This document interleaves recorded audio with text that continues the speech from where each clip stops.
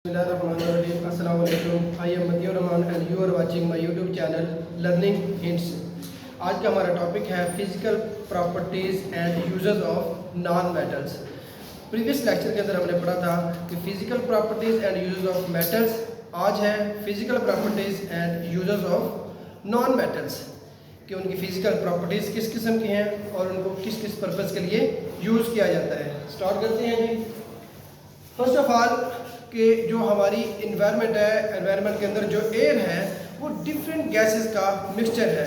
इसमें बहुत ज़्यादा गैसेस इन्वॉल्व हैं, तो जितनी भी गैसेस का मिक्सचर है एयर, वो सारी की सारी नॉन मेटल्स हैं, सारी की सारी गैर धातुएं हैं।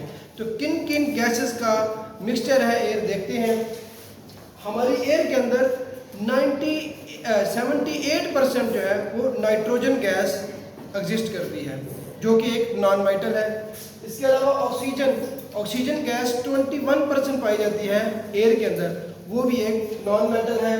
इसके अलावा कार्बन डाइऑक्साइड गैस, जिसकी बड़ी रेयर मिकदार होती है एयर के अंदर, ये 0.03% से लेकर 0.04% तक इसकी क्वांटिटी एयर के अंदर एग्जिस्ट करती है।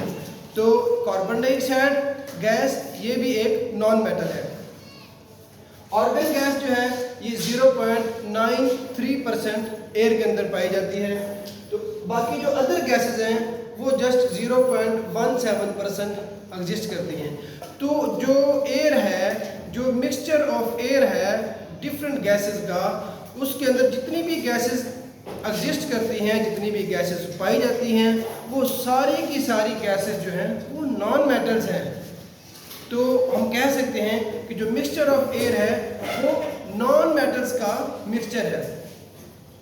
सेकंड है कि जब वेल्डर्स जो हैं वो किसी मेटल को वेल्ड करते हैं, चाहे उसको जोड़ने के लिए या किसी भी मेटल को कट ऑफ करने के लिए, काटने के लिए, तो उसमें भी नॉन मेटल्स का ही इस्तेमाल किया जाता है। अक्सर ऑक्सीजन और हाइड्रोजन का जो फ्लेम है वो डिफरेंट जो मेटल्स हैं उनको काटने के लिए, कट ऑफ करने के लिए, और वो डिफरेंट जो मेटल्स हैं उनको आपस में कंबाइन करने के लिए, आपस में जोड़ने के लिए, आपस में इकट्ठा करने के लिए जो हाइड्रोजन और ऑक्सीजन गैस का जो फ्लेम है उसको यूटिलाइज किया जाता है। थर्ड है जी हमारे पास इसकी प्रॉपर्टी में कि यूरिया फर्टिलाइज़र जो बनाई जाती है उसके अंदर हाइड्रोजन गैस इस्तेमाल होती है और नाइट्रोजन, यानी कि hydrogen gas plus nitrogen gas, इनके मिक्सचर की मदद से हम बनाते हैं जी यूरिया फर्टिलाइज़र, यूरिया खाद, जो कि हम अपनी फसलों में इस्तेमाल करते हैं। तो फसलों के इस्तेमाल में जो यूरिया फर्टिलाइज़र यूज़ होती है वो भी नॉन मेटल्स का ही मजमू होती है। उसके अंदर भी जो मोस्टली जो क्वांटिटी होती है वो नॉन मेटल्स की होती है, जिनमें हाइड्रोजन और नाइट्रोजन गैस शामिल है। फोर्थ वाला कि हमारे पास हम जो वनस्पति घी इस्तेमाल करते हैं वो बनता है, वो भी नॉन मेटल से ही मिलकर बनता है, जिसमें हाइड्रोजन गैस और वेजिटेबल ऑयल शामिल है। हाइड्रोजन गैस और वेजिटेबल ऑयल का इस्तेमाल करके हम वनस्पति घी बनाते हैं, जो हम कुकिंग में इस्तेमाल करते हैं। तो घी बनाने में भी नॉन मेटल्स का ही बहुत ज़्यादा रोल है, क्योंकि नॉन मेटल्स के इस्तेमाल से ही हम वनस्पति घी बना सकते हैं। फिफ्थ है जी मैच स्टिक इंडस्ट्री, कि आपकी जो माचिस है उसकी जो स्टिक्स होती हैं उनमें जो केमिकल इस्तेमाल होता है वो भी नॉन मेटल है। और वो कौन सा केमिकल इस्तेमाल होता है, वो है जी फास्फोरस। फास्फोरस जो है वो मैच स्टिक बनाने में इस्तेमाल होता है, और फास्फोरस भी एक नॉन मेटल है।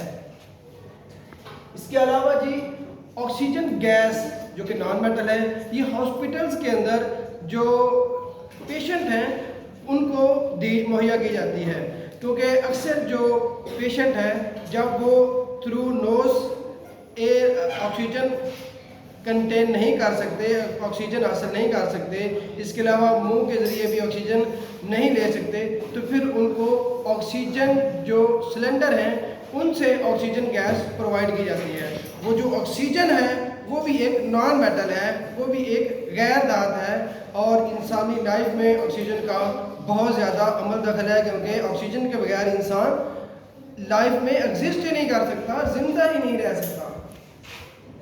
7वां पॉइंट है कि हमारे पास हीरे के तौर पर कार्बन ज्वेलरी में इस्तेमाल होती है। Carbon as diamond use in jewellery, तो जो कार्बन है वो एज अ डायमंड ज्वेलरी में उसका यूज़ किया जाता है। 8वां पॉइंट है जी, हमारे जो पेंसिल है, लेड पेंसिल हैं, उनके जो सिक्के हैं वो किसके कॉम्बिनेशन से बनते हैं? ग्रेफाइट और क्ले से। क्ले और ग्रेफाइट का जो कॉम्बिनेशन है उसकी मदद से जो पेंसिल्स हैं उनके सिक्के बनाए जाते हैं। तो ये भी नॉन मेटल्स हैं, ये भी गैर धातु हैं जिनको इस्तेमाल करके हम लेड पेंसिल वगैरह बनाते हैं। इसके अलावा जो डायमंड है उसको, वो भी एक नॉन मेटल है। डायमंड भी एक गैर धातु है, इसकी बहुत ज़्यादा लस्टर होती है, बहुत ज़्यादा शाइन होती है, बहुत ज़्यादा चमक होती है, इसलिए हम डायमंड को ज्वेलरी में भी इस्तेमाल करते हैं। इसके अलावा अगर हम पूरी वर्ल्ड में देखें कि सबसे ज़्यादा हार्ड चीज़ क्या है, सबसे ज़्यादा सख्त चीज़ क्या है, ऐसी वो कौन सी चीज़ है जिसकी हार्डनेस सारी चीज़ों से सबसे ज़्यादा है, तो वो है जी डायमंड, वो है हीरा। हीरे की हार्डनेस सबसे ज़्यादा होती है, उसका सख्तपन सबसे ज़्यादा होता है। तो हीरे को हम जो शीशा है उसको कट ऑफ करने के लिए, उसको काटने के लिए भी इस्तेमाल करते हैं। तो जितनी चीज़ें भी एग्जिस्ट करती हैं उन सब चीज़ों में जो डायमंड है, जो कि नॉन मेटल है, वो सबसे ज़्यादा हार्डनेस रखता है। लास्ट वन है जी कि जो ह्यूमन बॉडी है, इंसानी जिस्म है, इसके अंदर भी नॉन मेटल्स की बहुत ज़्यादा मिकदार पाई जाती है। देखते हैं कौन कौन सी चीज़ कितने कितने परसेंट इंसानी बॉडी के अंदर जो कि नॉन मेटल है एग्जिस्ट करती है। Number 1 oxygen. इंसानी बॉडी के अंदर जो ऑक्सीजन की क्वांटिटी है वो ऑलमोस्ट 65% इंसानी बॉडी में मौजूद होती है ऑक्सीजन। इसके अलावा कार्बन, इंसानी बॉडी के अंदर कार्बन की जो क्वांटिटी है वो 18% होती है।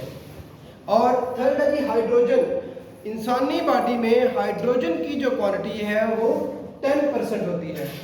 और लास्ट में है जी नाइट्रोजन, तो नाइट्रोजन की जो क्वांटिटी है वो 3% होती है इंसानी बॉडी में। तो आप देखें कि इंसानी बॉडी के अंदर ऑक्सीजन, कार्बन, हाइड्रोजन और नाइट्रोजन की मिकदार ऑलमोस्ट 96% बनती है। तो ऑक्सीजन भी नॉन मेटल है, कार्बन भी नॉन मेटल है, हाइड्रोजन भी नॉन मेटल है और नाइट्रोजन भी नॉन मेटल है। इन 4 एलिमेंट्स के कॉम्बिनेशन जो है वो ऑलमोस्ट बनता है 96%। तो इंसानी बॉडी के अंदर 96% जो चीज़ें पाई जाती हैं वो है नॉन मेटल्स, वो है गैर धातु, जिनकी मदद से इंसानी बॉडी जो है वो एग्जिस्ट करता है।